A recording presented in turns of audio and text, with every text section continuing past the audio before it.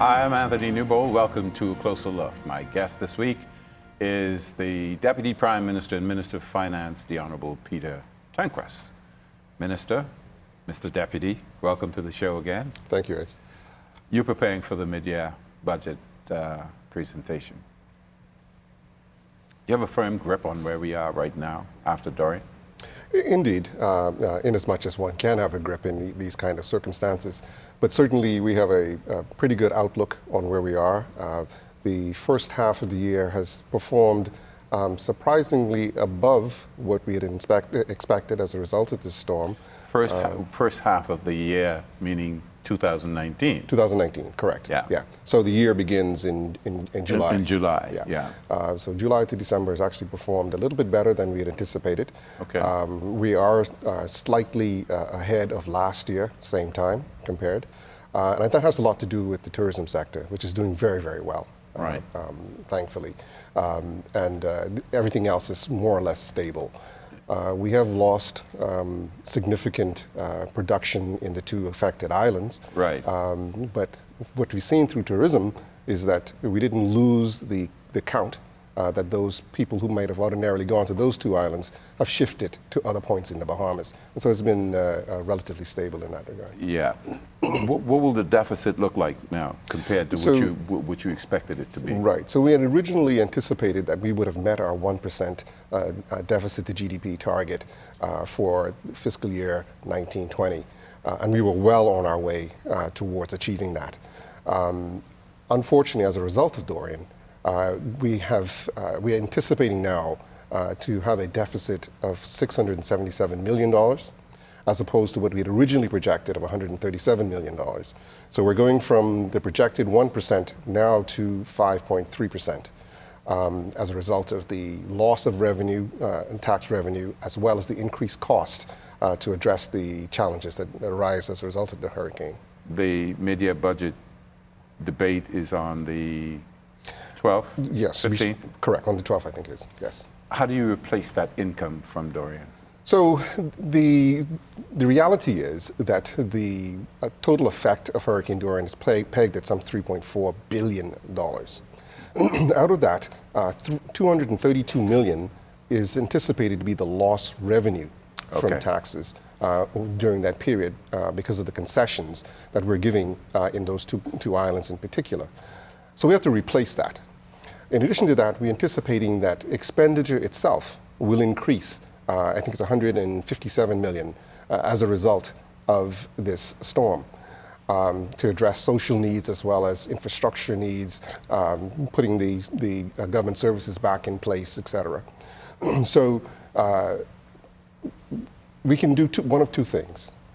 We can either tax to try and fill that hole, or we can borrow. To tax would put additional burden on the Bahamian people and on the economy when it is most vulnerable. Obviously, that is not an answer. And so we have to look towards how the government can borrow these funds or otherwise acquire these funds to be able to address the challenge. You might recall that we had a pledge conference just recently to try and offset some. We've had tremendous participation from non-governmental organizations, both domestic and international, who have done tremendous work in helping us to fill some of this gap. But there still leaves a deficit. And so the only way, or the most palatable way to deal with this is to unfortunately borrow. And you got to borrow, understandable, I think. But how much you have to borrow at this time is a question. So we're anticipating a borrowing of $507 million. And again, we are at the ministry managing that very, very carefully.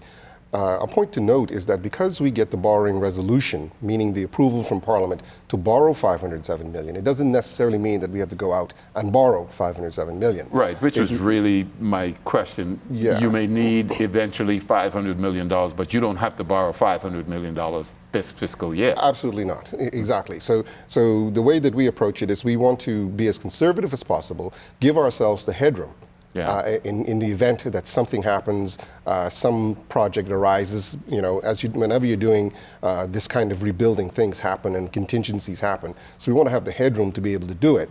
But our hope and our plan is to manage this reconstruction so carefully that we wring out the fat and we deal with what needs to be done rather than just going on a spending spree because we have the headroom to do it. Two, we are very mindful that we're heading into another hurricane season very shortly. Yes. And so, it would be foolhardy of us to use up all of our headroom now, not knowing what the next season will be. Yeah. So our aim is to come in under that number.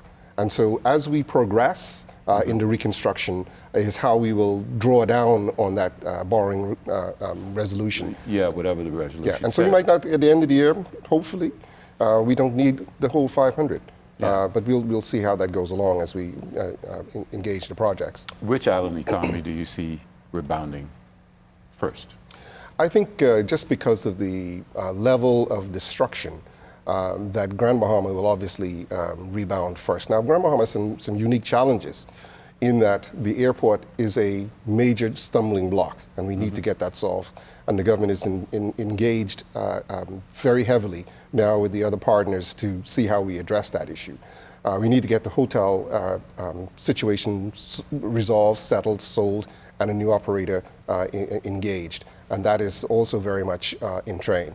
But generally speaking, we would expect that to come up before Abaco, just because of Abaco's complete destruction in the city, in the town itself.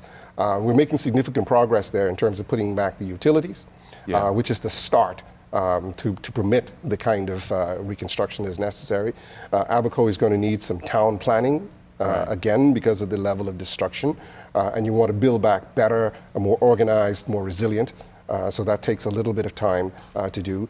Finding the accommodations for workers is a challenge, and so you have to put in place some basic infrastructure first before you can get engaged in the full on reconstruction effort.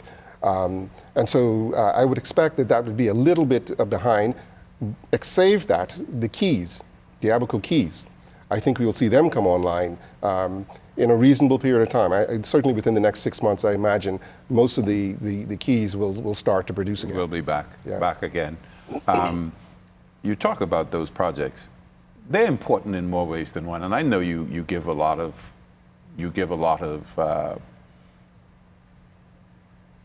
allowances. It's a nice way to put it, for these projects to come on board, but they produce taxes, VAT, national insurance, in addition to the jobs. Correct. So it's important for those projects to come off the board.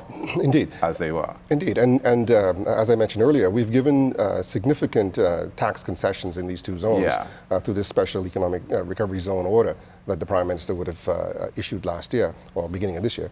And that limits the amount of taxation that we actually apply on revenue that we collect in this jurisdiction. However, more importantly than that, though, is the benefit from the economic activity that we hope to spur by reducing that tax burden.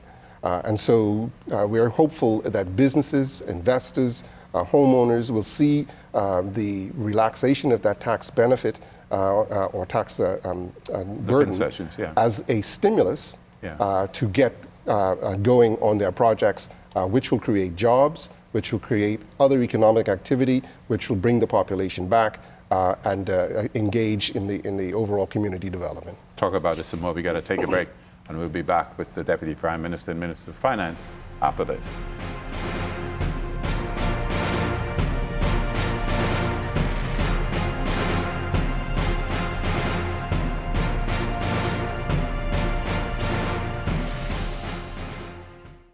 After this.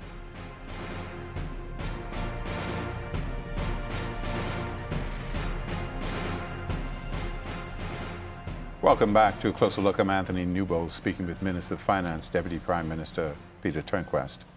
Foreign direct investment, kind of looked at in many ways as the savior of the economy because it brings so many jobs.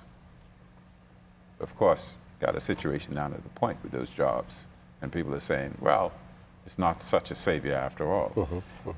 Heads of agreements, very important. Are they now being looked at differently given what has happened down at the point? Sure. So the standard labor percentages that we look for in these heads of agreement is 80-20. 80% Bahamian, 20% foreign at most. From time to time, that percentage may get off kilter, depending on the stage of the work and what it is that they're doing. If it's skilled labor of some unique kind, or not unique, because nothing's really unique, but kind that may not be readily available in the Bahamas, you might get a little bit of off kilter from time to time. But we expect that investors would come back to the 80-20 rule as quickly as possible. So as we look at these developments, we have to be mindful of what it is in the long term that we're trying to achieve. Obviously, in the case of a project like The Point, it is in everybody's best interest that the project is completed and that it's completed on time. And so, again, and not knowing the details of it, and I wouldn't want to second guess or to quarterback that, I imagine that there was some concerns about the stages, and they would have done whatever they thought was necessary. The Minister of Labor, as you know, is very much involved in that and trying to bring resolution to that in favor of the Bahamian worker, which is the primary concern that we have. Speaking of these heads of agreements, that's where we look for capital for the developments other than the government getting involved in whatever. Is that the best investment strategy? We have to recognize. And we talk about heads of agreements, and we're thinking primarily about foreign direct investments. Right. So we have to recognize that the size of the Bahamian economy, while we think it is large and that we can do this all on our own, the truth of the matter is that it's not that significant in the scheme of things. Particularly when you talk about foreign currency. We need inflow in order to be able to purchase the materials that's necessary and the consumption items that are necessary to make these things happen. So we look at foreign direct investment not only from the aspect of the project, but also in terms of widening this pool of available resources. I think in the past we have been terribly generous in terms of the concession packages that we have issued.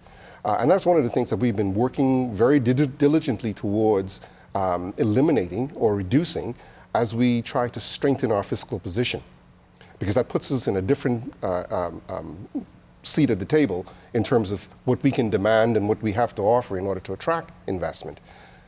Foreign direct investment ought to always be looked at from a strategic point of view. What is it that you're trying to accomplish? And how does this foreign direct investment help you to advance that strategy? So from my perspective, as I look at it, I'm looking at, one, is it going to help spur economic activity in the designated area? Is it going to engage in spin-off benefit to local contractors, local service providers, et cetera? Is it going to provide long-term benefit to the Bahamian people in terms of employment, in terms of bringing foreign currency to the island, in terms of finding new and creative ways for the talent that we have here in the country? And so one mustn't look at it as a bad thing or as some overpowering thing, but must look at it from a strategic point of view. What is it that the project is bringing to the country?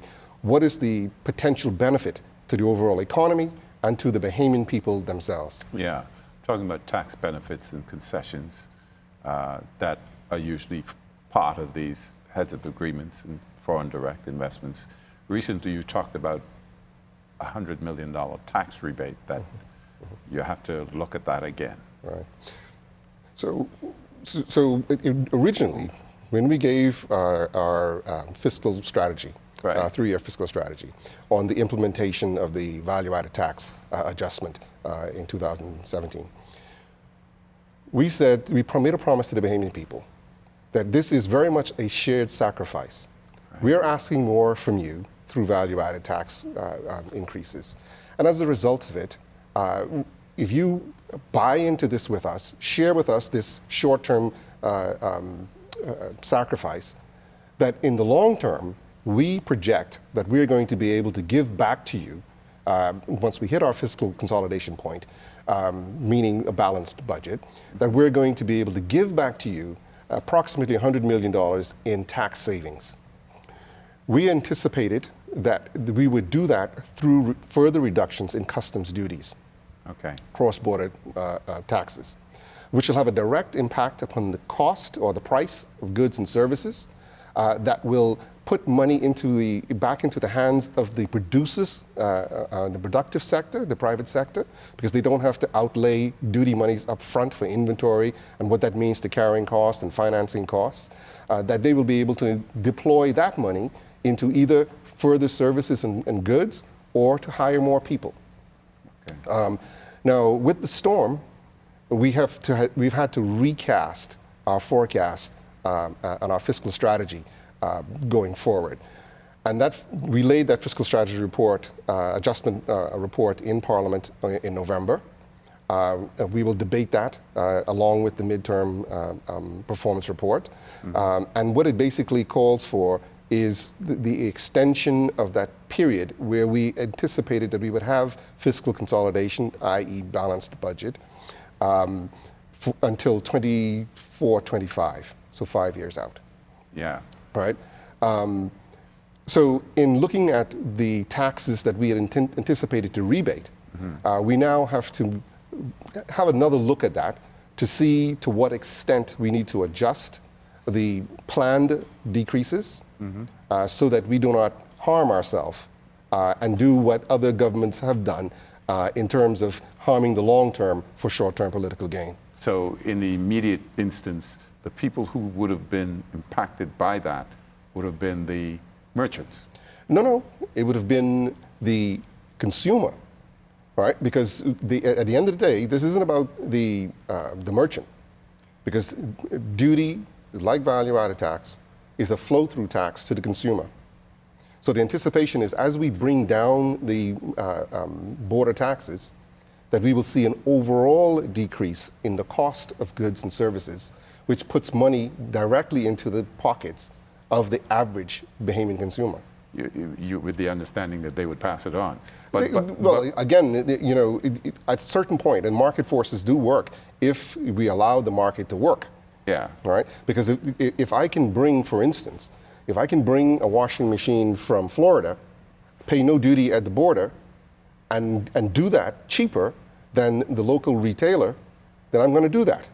So it gives incentive to the local retailer to be reasonable in his pricing, because he ought to be cheaper than I ought to be able to do it, because he doesn't have to pay the ticket, the hotel, the car, and all the rest of it, all right, and the freight to bring it here.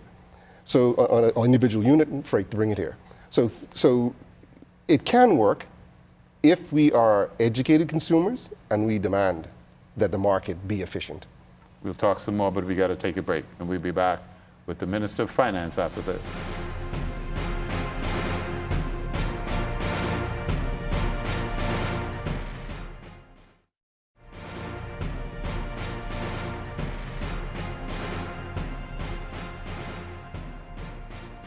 Welcome back to A Closer Look. I'm Anthony Newbo, speaking with Minister of Finance, the Honorable Peter Turnquest. Recently, there was a credit bureau established. How is that going to impact the pockets of Bahamians? Because, we will spend whatever we can, whether we can afford to or not. Right. How is that credit bureau going to affect the spending habits of Bahamians? Right. So the overall objective of the credit bureau is to establish a record that financing entities like banks or furniture companies or whatever can access to determine the credit worthiness or the ability and the record of people to repay their loans or their credit. And so every Bahamian, based upon their record of repayment, will have a credit score. Mm-hmm. That credit score will then be utilized by lending institutions to determine whether the potential borrower or creditor is in fact a good credit risk. That will impact the cost of credit. So for instance, if you are a good payer, that you've met your commitments and you've been diligent, you may get a very good credit score. I, as a lender, may say, okay, well, you're a good risk. And because you're a good risk, I'm going to give you a lower interest rate. Okay. Whereas the other guy who has a bad credit score, he may get a higher interest rate because he is more of a risk. You may not pay back. And so the lending institution says, well, I better get as much up front as I can in case you default. Yeah, I will give you the money, but it's going to cost you more. Correct. So what we anticipate is that that will cause a more efficient credit market to be established, where those who actually deserve credit are able to more easily access that credit. In addition to that, it will cause competition amongst people who grant, or institutions that grant credit, because they will now be competing for your business based upon your score. If you're a good credit risk, everybody wants your business. Yeah. And so you can go out now and force institutions to compete for your business because you are a good risk. Yeah. Right? Whereas right now, everybody's in one pot. And so they see you all as bad or high risk, right? And so we anticipate that that will help to drive down the cost of borrowing. Addition to that, it's going to hopefully drive a bit more responsibility between lenders and borrowers in terms of responsible borrowing, responsible lending. Because that was my next question. You know, civil servants especially, they can Notorious. borrow wherever because these deductions that, wasn't there supposed to be some restrictions on how much can be deducted from people's salary? Believe it or not, there is. The issue is always that, you know, people would get their deductions up to the max, and then something happens, a health event, a child going to school, something. And so it's very difficult for the employer to say, you know, you have a loved one that's ill, but you're at your max, so we're not going to give you any more. Yeah. It's a little difficult, and you know, sometimes you have to protect people from themselves. Yeah. And so the formal credit reporting system will help to give everybody a clear view of where you are, the liabilities you have, your ability to pay, your record of pay, based upon an objective credit score. And that is, again, is going to hopefully provide some discipline to the system, both on the borrower and the lender side, and some of the predatory lending practices that we've seen in the past. Hopefully, this will help to eliminate. Okay, we're coming to the end of this. I can't let you leave without asking you this. You can tell me whatever you want about it. You got a lot of flack, not you, the government, this increase in per diem. Yes. What do you want to tell me about it? Well, again, the only thing I would say about that is this is not a new issue. This is something that's been being discussed from as early as 2010, when the former government commissioned a study. It's unfortunate that it becomes a topic at this time because everybody is sensitive, obviously, to the needs of the average Bahamian who is finding it difficult to meet, particularly after this storm. And I think it's important to note that no movements have been made on that agreement from Cabinet. We are managing it, and most particularly, there's been no increase in the travel budget, the overall travel budget. So whatever the per diem, whatever the travel allowances are, it has to fall within the budget that has been established from the beginning of the year. And so we are managing that very carefully to make sure that we don't have any excesses. I think at the end of the day, we are Bahamians too. We understand that there are Bahamians out there who are finding it difficult, and so there's no attempt to take advantage. One thing that people should understand is that the cost of travel has gone up. It is a fact of life This is the last time that these per diems had been revisited. I think it was 1985, I think it is, or somebody mentioned to me. Don't hold me to the number. But it's been several years since it's been looked at, and so it's just a natural adjustment. But again, we are where we are in the cycle, and we certainly understand and are sensitive to the... And you understand that the per diem was being discussed for ministers as opposed to the other people who travel with you. Indeed. We would need another show to deal with that, but thank you for speaking to it anyway. And thank you for watching A Closer Look. Remember, you can watch us on YouTube and on Facebook.